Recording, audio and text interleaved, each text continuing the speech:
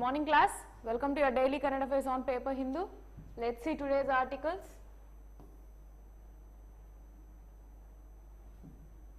Yes.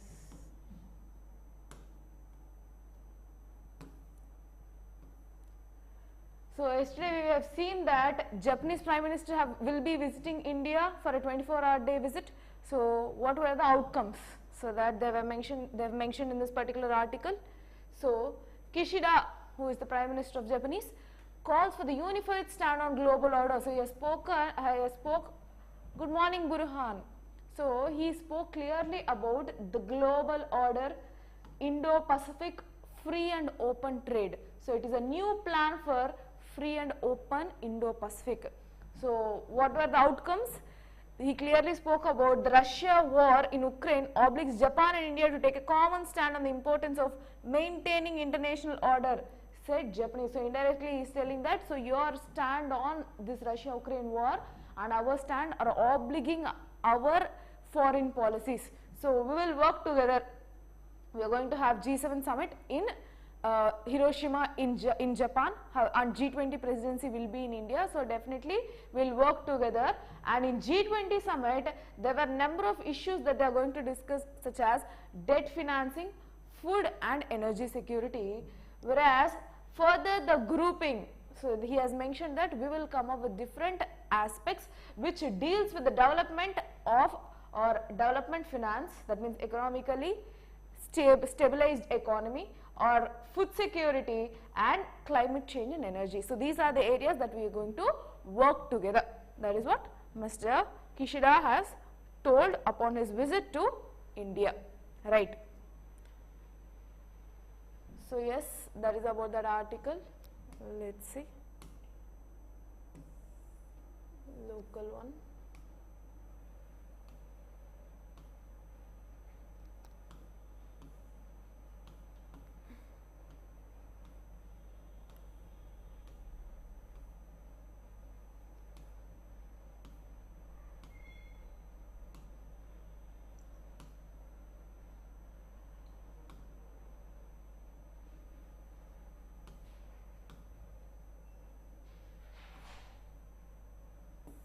Yes. So India lodges protest with US over vandalism. So there were vandalism issue where this pro-Khalistan movement has started. So India on Monday, first let me read out this. So Ministry of External Affairs reminds Washington of its basic obligation to protect diplomatic missions on its territory after pro-Khalistan groups targeted to consolidate San Francisco. So they have started attacking in San Francisco. Who this pro-Khalistan movement? That is when India has reminded this US, stating that yes, we have to work together to establish this peace, especially it's your responsibility or a basic obligation to protect your diplomats, Indian diplomats. So yeah, India on Monday lodged a strong protest with US over vandalism by pro-Khalistan elements targeting to consolidate the San Francisco. So yeah, that is what about this particular article. Important for your internal security is about your Khalistan movement, and currently what are the events that are happening so far. Next, so let's see.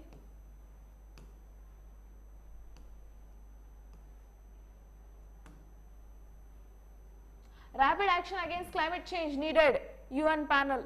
So we know that through IPCC report, Intergovernmental Panel for Climate Change report has stated that we have to curb our global environment, or the global warming should be limiting to 1.5 degrees Celsius. That is what IPCC report said. But now it is really difficult for the current scenario. If you can see in the current scenario, it is really difficult to maintain this IPCC report of falling below 1.5 degrees Celsius temperature, right. So the rapid action change next will result in, and IPCC has mentioned that if this climate change or the global warming reaches above 1.5 degrees Celsius, then that will be completely resulting in irreversible impact on environmental biodiversity, okay, on certain ecosystems. Definitely ecosystems will be disturbed. So the climate change is a threat to human well-being and planetary health, there is a rapid closing window for the opportunity to secure livable and sustainable future for all, says IPCC on report. So latest report hasn't been given yet, but in separate report they have mentioned that definitely we are falling short to attain this target of 1.5 degrees Celsius temperature.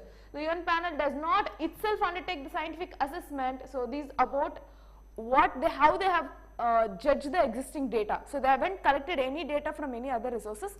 From the existing scientific data, they have analyzed and formed this particular report, so which is not required. Only this is required, that we are falling short to achieve this target of 1.5 degrees Celsius as part of global warming. That is what important as part of this article. Next. So this is something which is important. Again. Yeah. So recently I have told one article that CAPF, there were around 400 plus, 450 plus suicides in CAPF. Okay, Central Armed Police Force. In the same way, you can see in the same CAPF, 50,155 personnel quit in the past 5 years. So in the past 5 years, around 50,000 plus police officers have quit from their jobs, showcasing the pressurized effect on these particular people. So more than 50,000 Central Armed Police Force personnel quit service in the past 5 years, according to data provided by Union Home Ministry to a parliamentary panel. The highest attribution was in 2022, when 11,884 persons quit their service. So yeah, reforms in this police service is also needed. In that particular part you can add this, okay, fine. Administration, governance, GS2, you can add this particular article.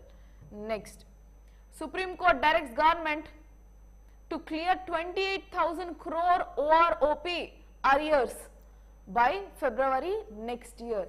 So one rank, one pension scheme, which we have already discussed, it deals with pensions of same rank will be given. That means if the personnel, especially in the armed forces, if they are having same rank, then same pensions have to be allocated. And with regarding that, 28,000 crore is the one which is pending arrears. They have asked that within Feb next year you need to clear all the arrears. Says who? Supreme Court, right? Supreme Court on Monday gave the government leeway to pay in installments 28,000 crore in arrears due to veterans for one rank, one pension scheme. So that is what they have mentioned, and around beneficiaries were 21 lakh persons. So that is about the basic data, and this comes under Ministry of Defence, Army all and all. So yeah, definitely under Ministry of Defence. One rank, one pension scheme, important. Whatever this terminology is coming, which ministry, what is it about? Definitely important for your prelims as well as your mains. Next.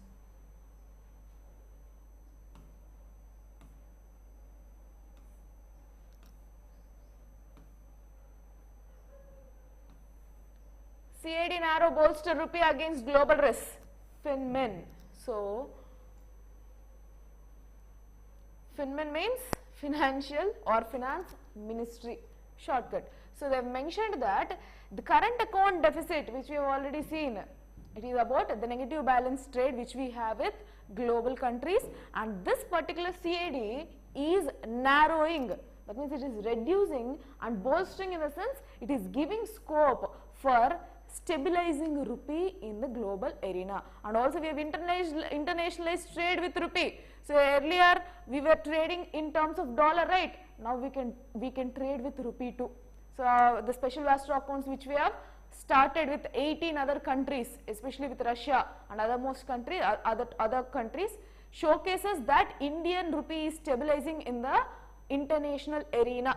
So in that particular ideology, Finance Ministry has told that CAD to narrow and bolster rupee against the global risk. So despite the global risk, India's rupee is going to be in a stable form.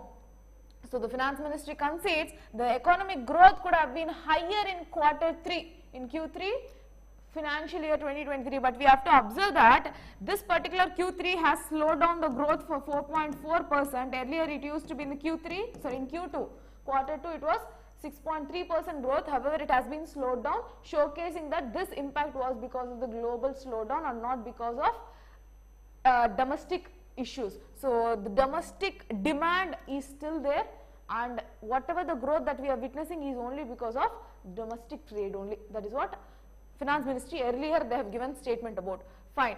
So, but asserts that the growth momentum has not been lost, sees jump in services exports helping current account. So, what they are telling that exports jump has been seen in services, not in manufacture, not in primary sector, but in services you can see that there is a huge jump in exports which is helping to narrow the current account deficit.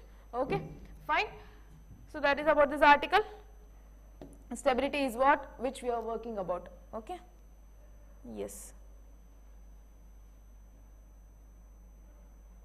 And also Finance Ministry has mentioned that it is not only about the net jump in net services of exports, moderation in oil prices and the recent decline in import intensive consumption demand. That is what I told you. The consumption demand for import intensive products has been reduced. Fine. So, decline on imports demand would increase our own domestic products, that you need to understand. Inversely proportional. Next.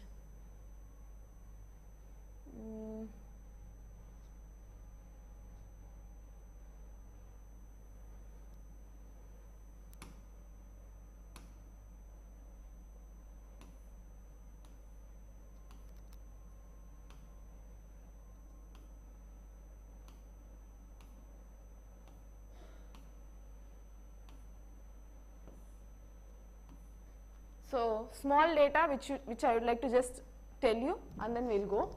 Fine. So, the women personnel serving in Indian Army were around 7,093, just for your terms. Add on for your answer, that's all. So, as part of your social justice or Indian society, 7,093 were the women personnel as part of the Ministry of State Defence have told that women personnel serving in Indian Army as of now as part of March 1st, as on March 1st, it is 7,093 personnel who are women personnel in Indian Army. Then the decline in gross NPAs in public sector in December 2022. So, 5.53 percentage, the Ministry of State Finance Bhagavat Khekarad informed that the gross NPAs decreased from 14.6 of March 2018.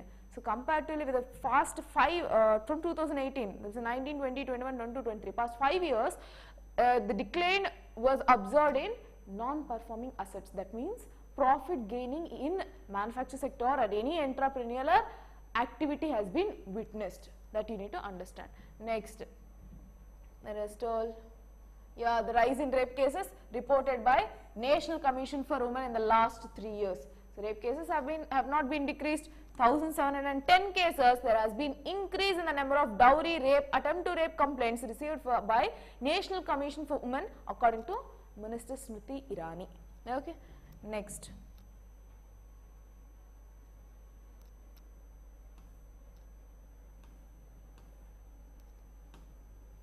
Yes, this is something which is important. Are foreign law firms now allowed in India? So, earlier I have mentioned that Bar Council of India have allowed now that foreign firms or foreign laws can establish their own foreign firms here to serve justice from here only to global arena, so or to the foreign countries. On March 10th, BCA, which is Bar Council of India, notified that notified the rules of registration and regulation of foreign lawyers and foreign law firms in India 2022. So, they have notified these rules which will enable foreign lawyers and law firms to practice foreign law on a reciprocal basis. So, on a reciprocal basis in the sense they can work here and we can also go there. But there is an obligation that foreign lawyers and firms have to submit an undertaking that they shall not practice Indian law in any form or in any court of law. So, if they are practicing their own foreign laws, yes they can, but our own Indian law they should not be performing at any form in any place all over the world before any court of law. And they have to submit a legal certificate. I will tell you what is the process to, like minimum idea. We will see that. Next, the legal fraternity in India is not likely to suffer any disadvantage in case law practice in India is opened up to foreign laws in a restricted and regulated manner. So they have clearly mentioned that because of this restrictions, our own fraternity, or there will be no disadvantage in case of law practice in India if it is opened to foreign laws. So there will not be any compromise of our own Indian law. That is what they have mentioned. Now we will see, yes, 5 years after the Supreme Court allowed foreign laws and firms to visit India on a temporary period for giving legal advice to their clients, the Bar Council of India, statutory body governing legal practice in India, framed the rules allowing them to open offices in India. 5 years, from 5 years, this is, they've been working on how we can establish or how we can allow foreign laws or foreign firms to establish their own places in India, and now they formed rules so that they can establish it in a clear way. And background is not required, but the powers that they have.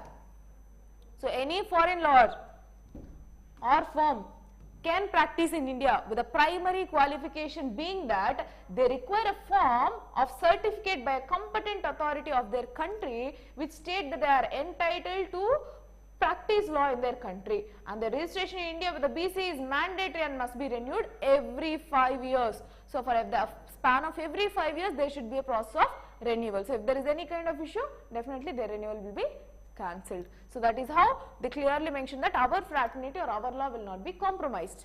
So that is about this article. Just go through this, something which is like for the first time, right? That is why it is important. For the first time, there are many firsts happening in this year, so definitely important. Next, coming to the last one,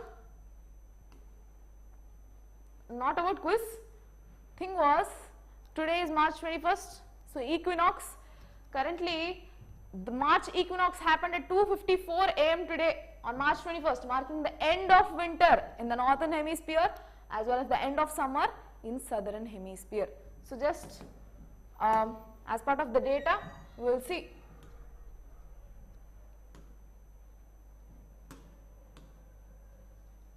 So we will see what is equinox, what is solstice, what are the dates, and then we will wind up the session. Okay. So most often they will be asking this in prelims, so brush up your concepts, that's all. Equinox is something, the time of the year where sun is nearest to the equatorial plane. So nearest to the equatorial plane, giving equal lengths to the day and night. So equinox, equal day and night. So equinox is something which have equal day and equal nights as the sun will be closest towards the equatorial plane of earth. Next, solstice. Solstice is the time of the year where the sun is farthest from the equatorial plane, resulting in the long nights and days. So there would be longest summer or longest winter, that is your solstice. Next, coming to equinox. An equinox occurs at the start of the spring and fall. So whenever there is a start of spring, start of fall, then this equinox will occur 2 times. This will occur during the summer and during the winter. During that particular time which has longest day and which has longest night. That is what will give you solstice. Next, so what are the dates? Vernal equinox occurs on March 21st. That means today we will be witnessing your vernal equinox. Next, on September 23rd, you will be witnessing autumnal equinox. On June 21st, you will be seeing summer solstice, whereas on on December 22, you will be witnessing winter solstice. You need to observe that it will be in and around these days, like a day before or day after, whatever it is near to this particular dates, it will be there. So December 2022 is your winter solstice. All these with respect to your northern hemisphere. When you take the southern hemisphere, same June 21st, it will be winter solstice for them. Okay, fine. So if you can see this, so on spring for the northern hemisphere it is, yes, and it is spring for the northern hemisphere, and for autumn it is for southern hemisphere on March 21st. In the same way you have equinox, where autumnal equinox will be on 23rd of September, whereas spring, the same day it will be spring for southern hemisphere. If you remember for the northern hemisphere, that is enough. So immediately you can understand that that is opposite for southern hemisphere. We are from northern hemisphere in the world. So definitely it is whatever we witness in the same way the northern hemisphere countries will also witness the same. Fine. Coming to this June, summer. So June is summer for us, right? So summer solstice, summer in the northern hemisphere, which is June 21st. Okay. Whereas the same thing in winter, it is a winter solstice for southern hemisphere. Coming to winter solstice, 22nd December, where winter in the northern hemisphere, summer in southern hemisphere. So it is longest night during December 22nd and it is the longest day during June 21st. So yeah, which I have already told. These are the dates again. So yeah, that's it for today. Concepts brush up. Thank you for the session. Good day. We'll meet tomorrow with another session.